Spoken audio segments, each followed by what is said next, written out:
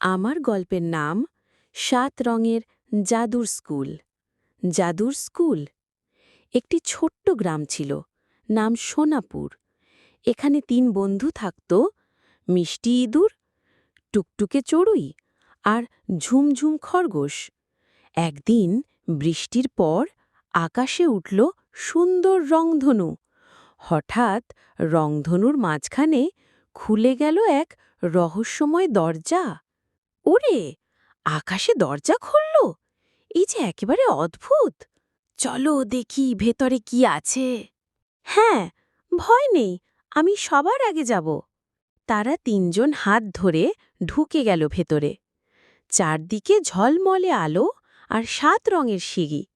সেখানে দাঁড়িয়েছিলেন এক জাদুকরী শিক্ষক, আলো মামা। স্বাগত বাচ্চারা, এই রংধনুর স্কুলে প্রতিটি রং তোমাদের নতুন কিছু শেখাবে। লাল কক্ষ।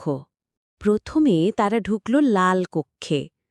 দেয়ালে লেখা সাহস আর সততা।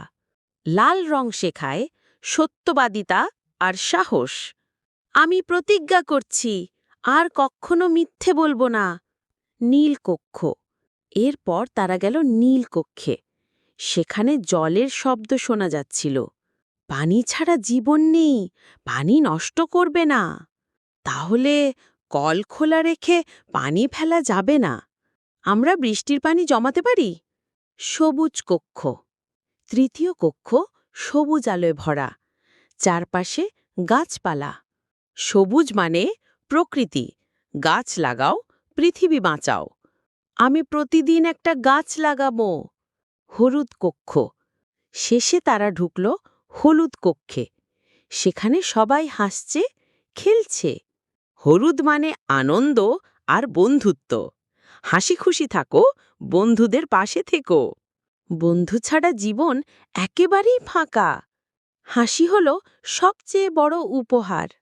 সমাপ্তি। সব শিক্ষা শেষে আলো মামা বললেন, মনে রেখো, সত্যবাদী হও, পানি বাঁচাও, গাছ লাগাও আর বন্ধুত্ব করো। তাহলে পৃথিবী রংধনুর মতো সুন্দর হয়ে উঠবে। ৩ বন্ধু গ্রামে ফিরে গিয়ে সবাইকে এই শিক্ষা দিল। ধীরে ধীরে গ্রাম হয়ে উঠল আনন্দে ভরা রংধনুর গ্রাম। এই গল্পের উদ্দেশ্য, শিশুরা যেন মজার কার্টুন দেখে শিখতে পারে পরিবেশ রক্ষা, সত্যবাদিতা, বন্ধুত্ব আর আনন্দের মূল্য।